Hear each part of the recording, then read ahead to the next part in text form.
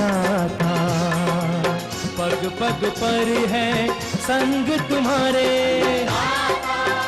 अन्नदाता। लहू किसानों का बन के पसीना सींचता है धरती का सीना। मेहनत का तेरी हक दिलवाने, नई तकनीक नई खोज बताने।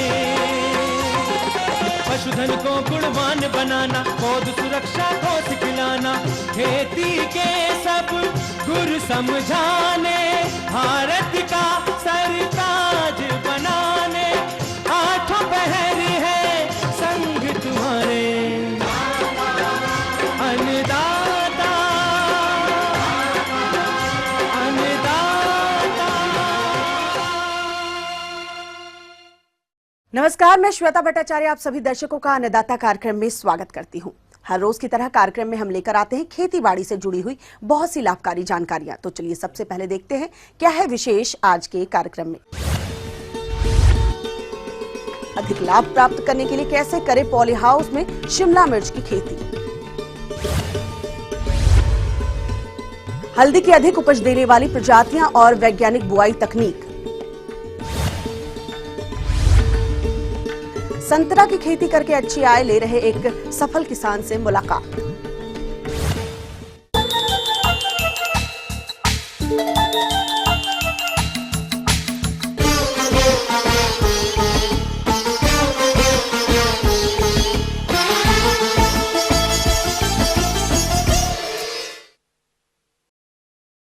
हाईटेक खेती के अंतर्गत प्रदेश के बहुत से किसान भाई पॉली हाउस में टमाटर, खीरा और शिमला मिर्च इत्यादि की खेती करके अच्छा लाभ प्राप्त कर रहे हैं। और इसी लाभ को देखते हुए जो किसान भाई पॉली हाउस में शिमला मिर्च की खेती करना चाहते हैं, वो इसकी खेती में कौन कौन से वैज्ञानिक पहलुओं को ध्यान में रखेंगे, इस बारे में विस्तार से जानकारी दे रही हैं पंतनगर की कृषि वैज्ञानिका डॉक्टर इंदु अरोरा। नमस्कार, आज की चर्चा का हमारा मुख्य विषय संरक्षित खेती द्वारा सब्जी उत्पादन, जिसमें हमारी मुख्य फसलें जो हैं वो शिमला मिर्च, टमाटर और खीरा है। यदि शिमला मिर्च की बात करें तो प्रदेश के तराई क्षेत्रों में इसकी खेती खुले क्षेत्र में तो की जाती है, लेकिन पॉली हाउस की तुलना में खुले क्षेत्र से उपज कम प्राप्त होता है। साथ ही फलों की गुणवत्ता भी ठीक नहीं होती है। इससे हम ज़्यादा आमदनी ले पाते हैं और पॉली हाउस में किया गया क्रय जो है वो हमारा अच्छा निकल पाता है खर्चा। किसान भाई जो लोग पॉली हाउस ड्रिप के माध्यम से सरकार हमारी सब्सिडी दे रही है उसका लाभ ले रहे हैं या लेने के इच्छुक हैं, उनके लिए संरक्षित खेती चाहे वो पॉली हाउस में की जाए या फूल और सब्जियों की खेती इस गर्म मौसम में जो आगे का समय है शेड नेट में किया जाए, दोनों ही का लाभ ले सकते हैं। बहुत सारी स्कीम्स द्वारा भारत सरकार की, NHB की, हमारे स्टेट हॉर्टिकल्चर मिशन की, जिसमें shed net, poly house, drip irrigation पर सब्सिडी उपलब्ध है, उसका लाभ लें। संरक्षित खेती के माध्यम से हम जो उत्पादन लेते हैं वो बाहर उगाई गई फसलों में हम नहीं ले पाते और जिस तरह की गुणवत्ता हमको अच्छा मूल्य दिलवा सकती है बाजार में, वो लाभ भी हम पॉली हाउस से ही ले पाते हैं। तो हम अपने किसान भाइयों को शिमला मिर्च की संरक्षित खेती के बारे में आज कुछ मुख्य बातें बताएंगे, क्योंकि प्लेन में, तराई इलाकों में शिमला मिर्च अगर हम बाहर लेते हैं तो फल बहुत ही छोटा और बहुत मुड़े हुए फल आते हैं, जबकि पहाड़ के किसान अंदर और बाहर दोनों ही जगह शिमला मिर्च ले पाते हैं। फरवरी के समय में पहाड़ के किसानों ने शिमला मिर्च पॉली हाउसेस में और बाहर लगाई है। उन लोगों के लिए हम मुख्य बातों का ये कहना चाहते हैं कि मल्च का उपयोग अंदर और बाहर दोनों ही सूरतों में बहुत अच्छे परिणाम दे रहा है। मल्च के माध्यम से हम कुछ पैसा खर्च कर करके जो लाभ ले पाते हैं वो ये है कि एक तो लेबर की कॉस्ट हमारी जो घास निकालने में और उन चीज़ों में लगती है वो बिल्कुल ख़त्म हो जाती है। लोग मल्च बिछाकर सब्जी में 30 माइक्रोन की मल्च जो है, और अगर पहाड़ वाले लोग उसे 2 साल तक इस्तेमाल करना चाहें तो 50 माइक्रोन तक की मल्च का भी उपयोग कर सकते हैं। उस मल्च में गोल छेद किसी गर्म डिब्बे से काट कर उसमें हम पौध लगाते हैं। गुड़ाई निराई का खर्चा बच जाता है। जो आप पानी खाद दे रहे हैं वो पौधों को बहुत अच्छे रूप में उपलब्ध हो पाती है।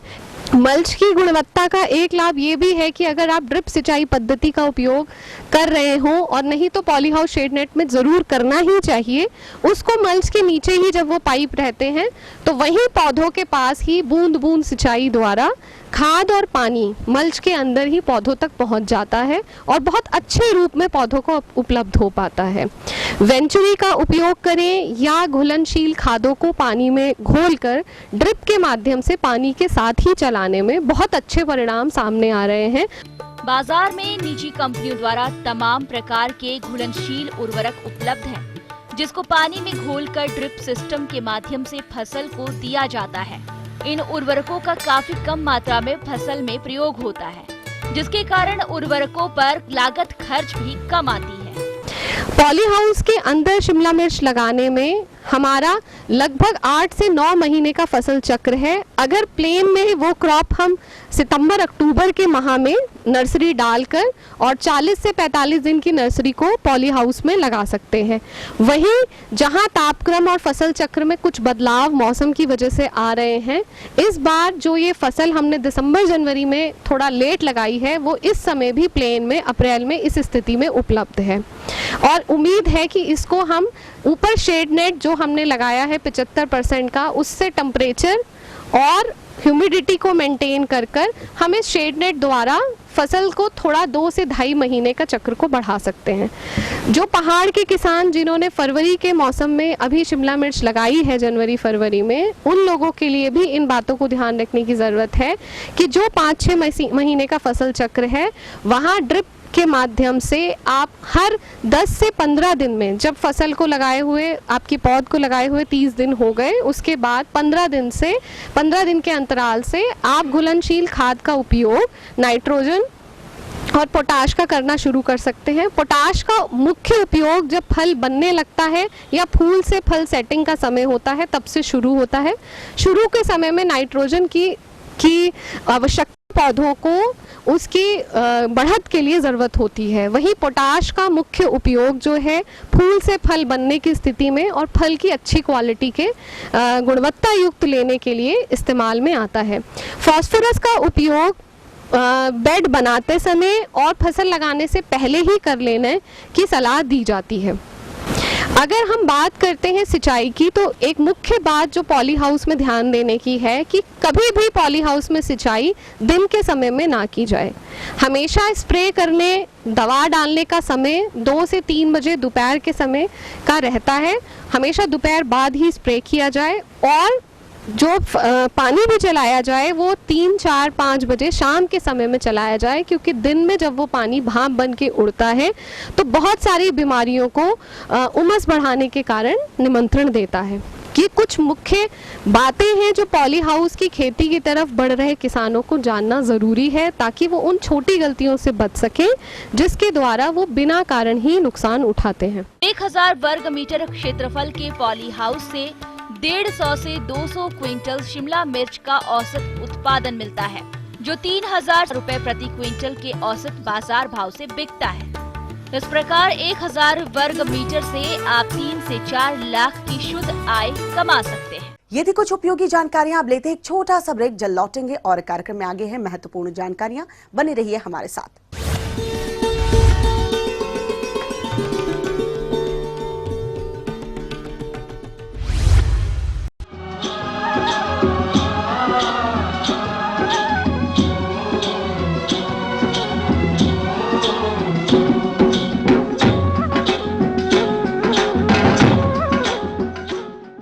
ब्रेक के बाद एक बार फिर से आप सभी दर्शकों का अन्नदाता कार्यक्रम में स्वागत है। बढ़ते हैं अगली प्रस्तुति की ओर।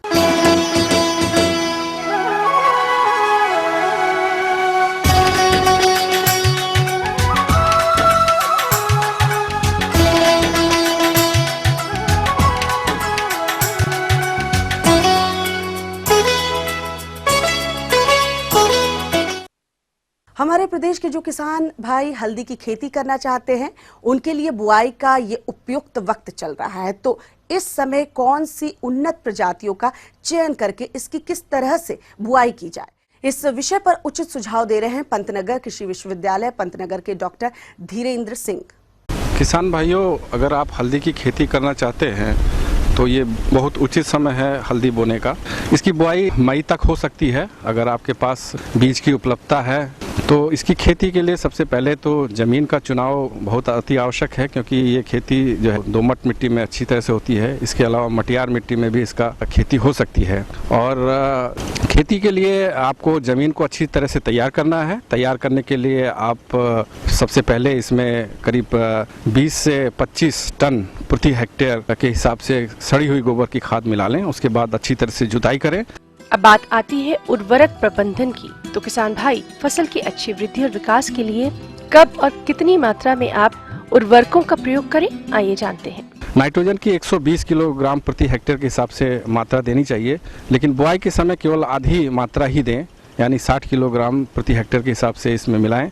इसके अलावा जो है 60 किलोग्राम फास्फोरस और 60 किलोग्राम पोटास की मात्रा प्रति हेक्टेयर के हिसाब से मिलाकर खेत को अच्छी तरह से तैयार कर लें। हल्दी की फसल से अधिक पैदावार लेने के लिए आपको इसकी उन्नत प्रजातियों का चुनाव करना होगा, तभी आपको आगे चलकर इससे आशातीत उपज की प्राप्ति हो पाएगी। तो किसान भाई, हल्दी की फसल की बुआई के लिए आप कौन कौन सी उन्नत प्रजातियों का चयन करें, आइए जानते हैं। कुछ किस्में ऐसी हैं जिनका चुनाव अगर आप अच्छी तरह से करते हैं तो इसमें रोग और कीट लगने की संभावना कम रहती है। तो किसान भाइयों, अगर आपके पास किस्मों के चुनाव के लिए बीज उपलब्ध है तो आप हमारे यहाँ पंतनगर से किस्म ले सकते हैं, जो पंत पीताब है, सुगंधम है, स्वर्णा है, इसका उपयोग कर सकते हैं। इसके अलावा फैजाबाद से एक किस्म निकाली गई है राजेंद्र सोनिया करके, उसका भी आप उपयोग कर सकते हैं। तो इस तरह से इन किस्मों की जो पैदावार होती है वो करीब 20 से 25 टन प्रति हेक्टेयर के हिसाब से होती है। जो किसान भाई हल्दी की बुआई करना चाहते हैं, उन्हें खेत में पौधों की उचित संख्या के लिए बीजों की बुआई एक खास दर से करना चाहिए और फसल को भूमि और बीज जनित रोगों से बचाने के लिए बीजों का शोधन करना भी बहुत ही जरूरी होता है। बुआई के समय जो बीज की आवश्यकता है वो करीब 15 से 18 कुंटल प्रति हेक्टेयर के हिसाब से इसमें बीज लगता है। जो कंदों का साइज जिसको हम बो रहे हैं वो करीब 15 से 20 ग्राम का होना चाहिए और उसका साइज जो है वो 5 से 20 सेंटीमीटर के आसपास तक का हो सकता है। इसमें ये ध्यान रखिए कि जो आपने बीज लिया है उसमें एक स्प्राउट हो, प्रकंद जो है वो अच्छी तरह से जमा हुआ हो, तो उस तरह से आप बुआई कर सकते हैं। बुआई करने से पहले प्रकंदों को उपचारित भी कर लेना चाहिए, जिससे कुछ बीमारियां इसमें ख़त्म हो जाती हैं और समाप्त हो जाती हैं। तो इस तरह से अगर प्रकंदों में आप जैसे कि हम डाइथेन M45 नाम की दवा बाज़ार में आसानी से उपलब्ध है, उसको करीब 2.5 ग्राम आप ले लीजिए और प्रति लीटर पानी में मिलाकर प्रकंदों को 20 से 30 मिनट तक के लिए इसको डुबो दीजिए और उसके बाद छांव में इसको सुखा लीजिए और उसके बाद इसकी बुआई करिए।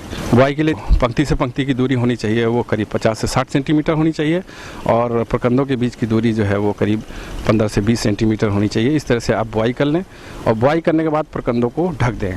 ढकने के बाद इसमें अगर पलवार उपलब्ध है आपके पास, चाहे मटर का पलवार हो, चाहे गन्ने का पलवार हो, और अगर घास फूस है तो इसको आप इसका पलवार का उपयोग कर सकते हैं और अच्छी तरह से पूरे खेत को ढक दें। पलवार का फ़ायदा ये होता है कि इसके अंदर जो नमी बनी हुई है वो काफ़ी समय तक बनी रहती है और एक गर्मी इसके अंदर से निकलती है, जिसकी वजह से प्रकंदों का जमाव तेज़ी से होता है। तो किसान भाइयों, अगर आपके पास पलवार उपलब्ध है तो पलवार का उपयोग ज़रूर करें। इसके बाद जब जमाव अच्छी तरह से होने शुरू हो जाता है तो अगर पानी की आवश्यकता लगती है तो आप एक सिंचाई ज़रूर कर दें और सिंचाई की वजह से इसमें जो है वो तेज़ी से प्रकंद अंकुरित होते हैं और तेज़ी से इसमें बढ़वार शुरू हो जाती है। हल्दी की फसल में खरपतवार रहने से इसका विपरीत प्रभाव फसल की बढ़वार के साथ साथ आगे चलकर फसल से मिलने वाली उपज पर भी देखने में आता है, क्योंकि ये खरपतवार हल्दी की फसल से सिंचाई जल, खाद और उर्वरक इत्यादि के लिए प्रतिस्पर्धा करते रहते हैं, जिससे मुख्य फसल की बढ़वार में बाधा उत्पन्न हो जाती है। तो किसान भाइयों, कैसे करें इन खरपतवारों का प्रबंधन, आइए जानते हैं। हल्दी में खरपतवार नियंत्रण के लिए पेंडिमेथिलिन नाम की दवा आती है, जिसका उपयोग आप कर सकते हैं।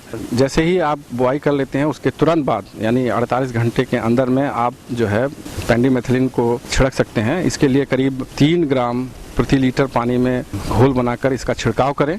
और इसका छिड़काव करते समय ये ध्यान रखें कि ज़मीन जो है पूरी तरह से भीग जाए, अच्छी तरह से भीग जाए, क्योंकि इसमें जो भी खरपतवार आने वाले हैं वो तुरंत नष्ट हो जाते हैं और करीब 1 से 1.5 महीने तक जो है आपको खुरपी चलाने की आवश्यकता नहीं होती है।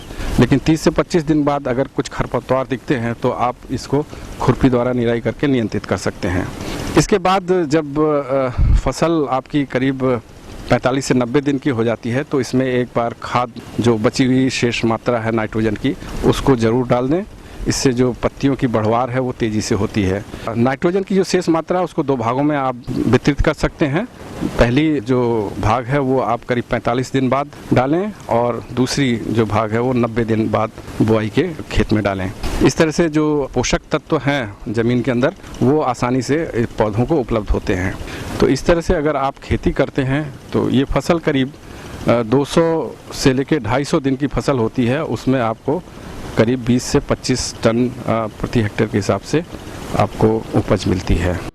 किसान भाइयों, 1 हेक्टेयर खेत में बुआई के लिए हल्दी का बीज लगभग 20 कुंतल प्रति हेक्टेयर लगता है, जिस पर काफी खर्च आता है। इस खर्च को कम करने के लिए आप कंद के छोटे छोटे टुकड़े करके और प्रो ट्रे में बुआई कर सकते हैं। यदि कंद के 3 टुकड़े करेंगे तो 1 हेक्टेयर के लिए 7 कुंतल कंद की जरूरत होगी।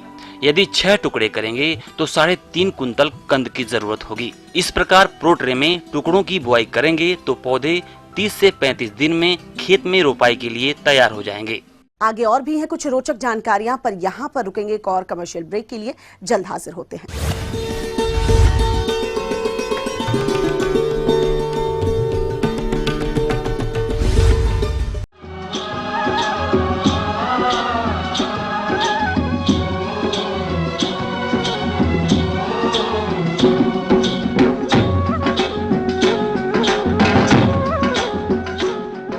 ब्रेक के बाद आप सभी दर्शकों का स्वागत है। चलिए अब रुख करते हैं अगली कड़ी की ओर।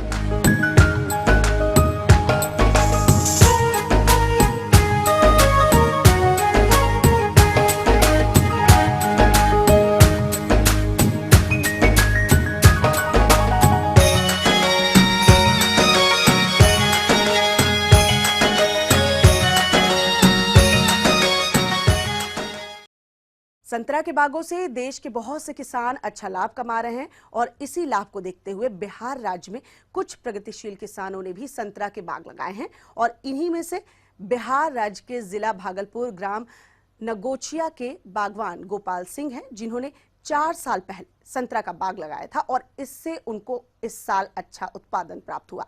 साथ ही ये इस बाग से अन्य फसलें उगाकर अतिरिक्त आय भी कमा रहे हैं। तो इन्होंने संतरा के बाग से अच्छा उत्पादन कैसे किया, आइए जानते हैं खुद इन्हीं से। करीब यहाँ 20 एकड़ में हम नारंगी का खेती किए हुए हैं। उसमें थोड़ा 2 एकड़ के आसपास मौसमी भी है। 2 एकड़ के आसपास इस बार किन्नू का भी पौधा लगाए हैं, लेकिन मेनली हमको लगता है कि 18 एकड़ के आसपास संतरे का पौधा है। और इस साल एक पौधा में कम से कम 10 केजी, 15 केजी, 20 केजी के आसपास फलन भी हुआ। लेकिन इसको पानी हर 10 दिन में लगातार पानी चाहिए। अगर जिस पौधे में, जिस रो में पानी की कमी हुई थी, उसमें फल में थोड़ा सा रस बनने में कठिनाई। इसके खेती के लिए दोमट, बलुआही दोमट मिट्टी सबसे उपयुक्त है विश्व स्तरीय पैमाने पर। और इसमें जल का जमाव नहीं होना चाहिए।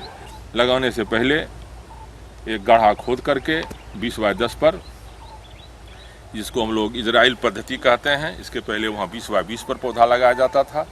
अब इजराइल पद्धति के माध्यम से उसमें 20 बाय 10 पर पौधे का लगाव होता है।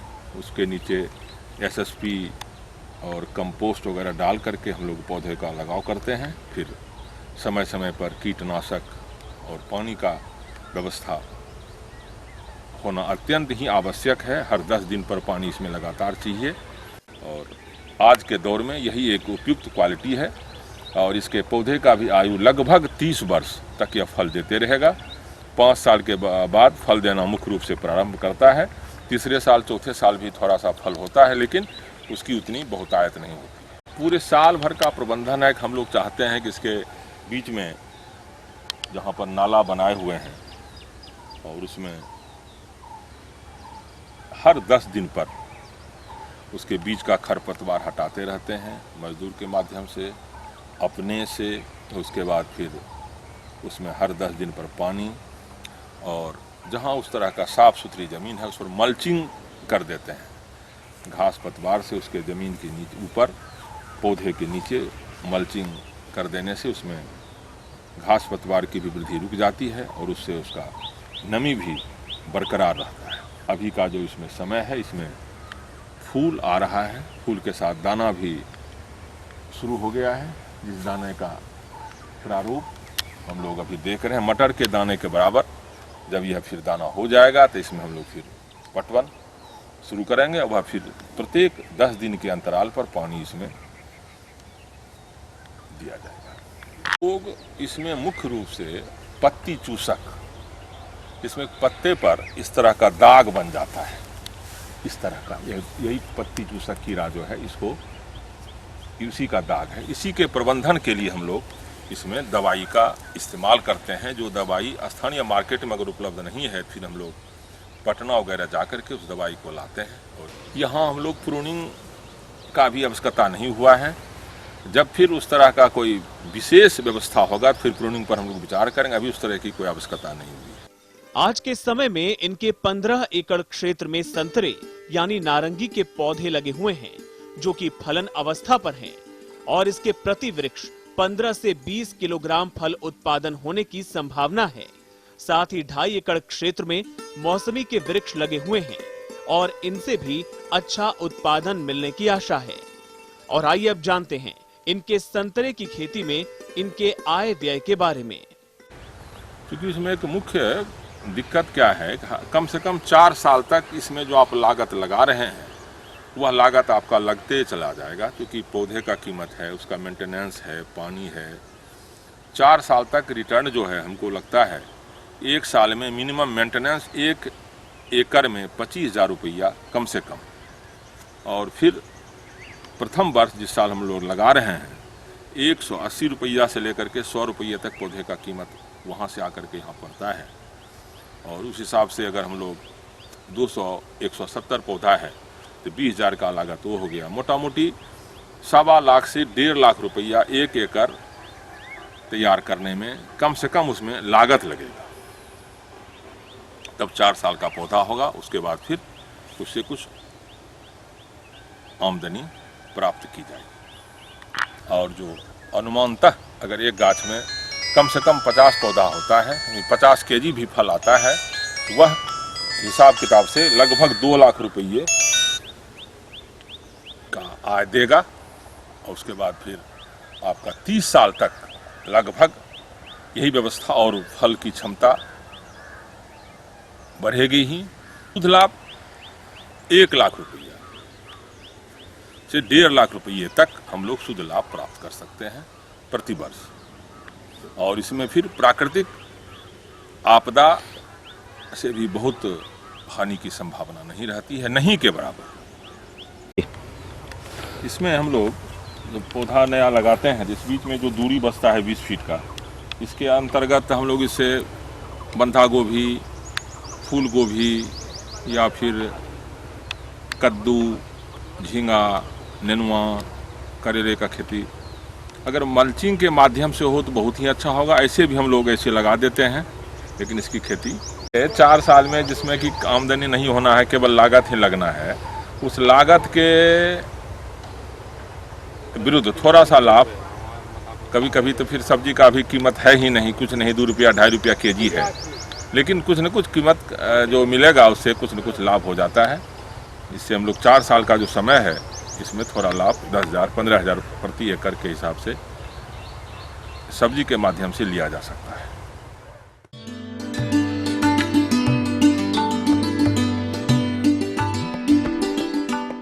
अन्नदाता हेल्पलाइन निशुल्क फोन संपर्क सेवा के माध्यम से आपके द्वारा पूछे गए कृषि से जुड़े प्रश्नों में से 1 या 2 महत्वपूर्ण प्रश्न को हम आपके कार्यक्रम में शामिल करते हैं।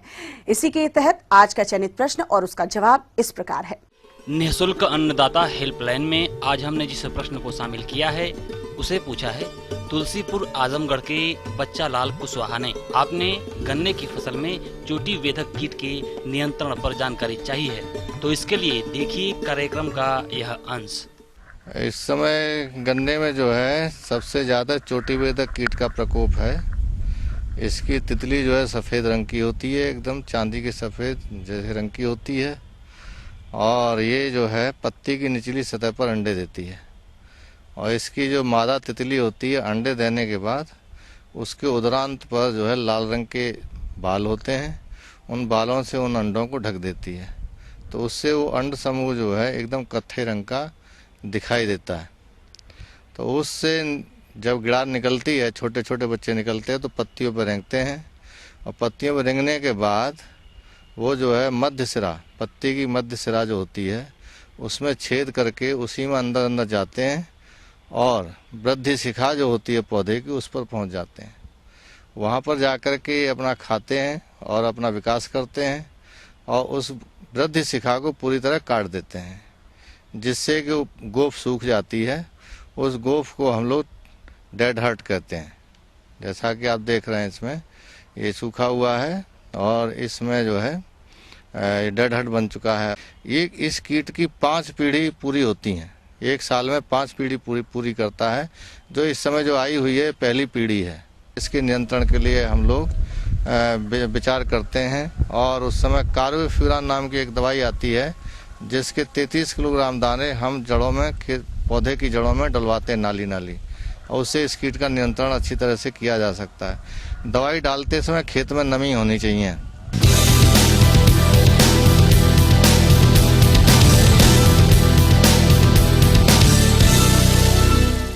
राज्य की विभिन्न मंडियों में कृषि उत्पादों के चढ़ते उतरते बाजार भाव की संक्षिप्त जानकारी इस प्रकार है।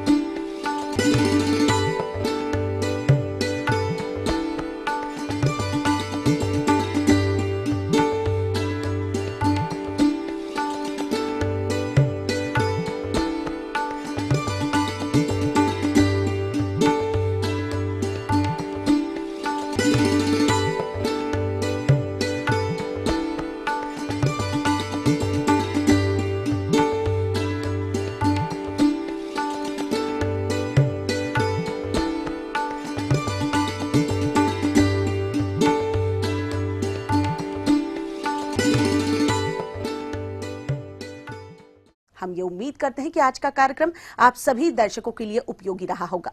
किसान भाइयों, अन्नदाता आपकी सेवा के लिए संकल्परत है। कृषि संबंधित समस्या और सुझाव के लिए आप हमें इस पते पर संपर्क कर सकते हैं। प्रोड्यूसर अन्नदाता ETV Uttar Pradesh Uttarakhand Ramoji film city Hyderabad 501512। साथ ही आप हमें ईमेल भी कर सकते हैं। हमारा ईमेल एड्रेस है annadatta.up@etv.co.in। इसके अतिरिक्त आप हमें निःशुल्क हेल्पलाइन नंबर 180010845999 पर सोमवार से शनिवार सुबह 10 से शाम 4 बजे के बीच संपर्क कर सकते हैं। अब आइए देखते हैं कल दिखाए जाने वाले कार्यक्रम की मुख्य झलकियां। मेंथा की फसल से तेल निकालते समय कुछ ध्यान देने योग्य जरूरी बातें। केंचुआ खाद तैयार करने की विधियों और फसलों में उपयोग पर जानकारी। फिलहाल अन्नदाता की पूरी टीम को दीजिए इजाजत। कल फिर इसी वक्त आपसे मुलाकात होगी कृषि संबंधित कुछ और महत्वपूर्ण जानकारियों के साथ। नमस्कार।